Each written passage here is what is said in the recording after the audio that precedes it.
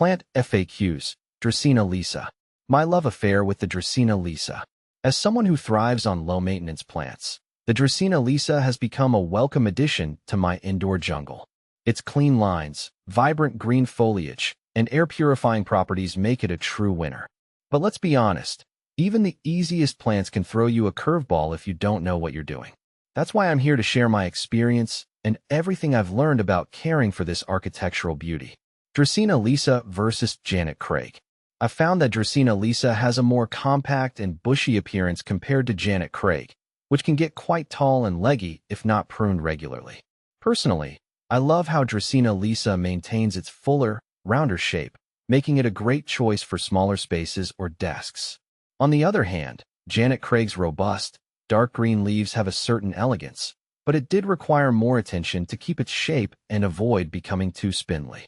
Overall, while Dracaena lisa is a low-maintenance, compact option, Janet Craig can be a striking addition if you're willing to give it a bit more care.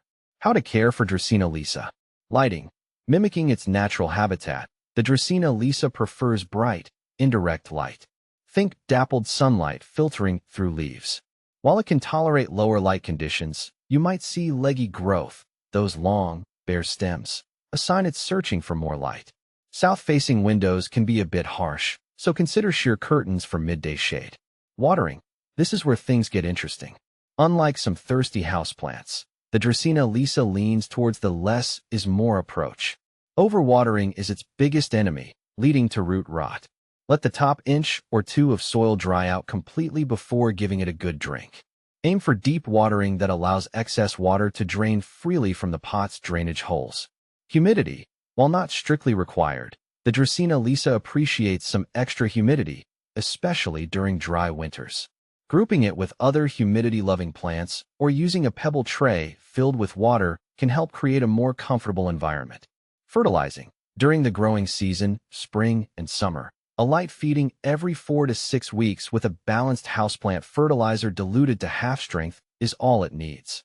Hold off on fertilizing during the colder months when growth slows down. Temperature. The Dracaena lisa thrives in average room temperatures between 65 degrees Fahrenheit and 75 degrees Fahrenheit, 18 degrees Celsius and 24 degrees Celsius. Avoid placing it near cold drafts or heat vents that can cause stress. Can Dracaena lisa grow in a small pot? Absolutely. The Dracaena lisa is quite content being root-bound for a while. In fact, it prefers a pot that's only slightly larger than its root ball. This helps prevent overwatering, which, as we discussed, is a major concern. Repotting is only necessary when the roots outgrow the pot, causing it to become unstable or water to drain out immediately after watering. Can you transplant and pull apart Dracaena lisa plants? The good news is yes. The Dracaena lisa is a forgiving plant that handles transplanting well. If your plant has become too tall or leggy, you can easily prune it and propagate new plants. Simply identify a healthy stem section with a few nodes, those little bumps where leaves grow. Carefully cut below a node and pot the cutting in a well-draining potting mix, keeping the soil slightly moist. Here's a bonus tip. You can also transplant multiple stem cuttings together in a wider pot to create a fuller plant. How to prune Dracaena lisa. Pruning is a great way to encourage bushier growth, control size, and remove leggy stems or damaged leaves. Use sharp, sterilized pruning shears to make clean cuts. You can prune just above a node to encourage new growth from that point. Don't be afraid to prune quite aggressively. The Dracaena lisa is a resilient plant and will bounce back beautifully. Bonus tip, dealing with brown leaves. Don't panic if your Dracaena lisa develops brown leaf tips. This is often a sign of underwatering or excessive salt buildup from fertilizers. Simply adjust your watering schedule and flush the soil occasionally with filtered water to wash away any mineral deposits. With a little care and attention, your Dracaena lisa will reward you with years of vibrant foliage and elegant charm.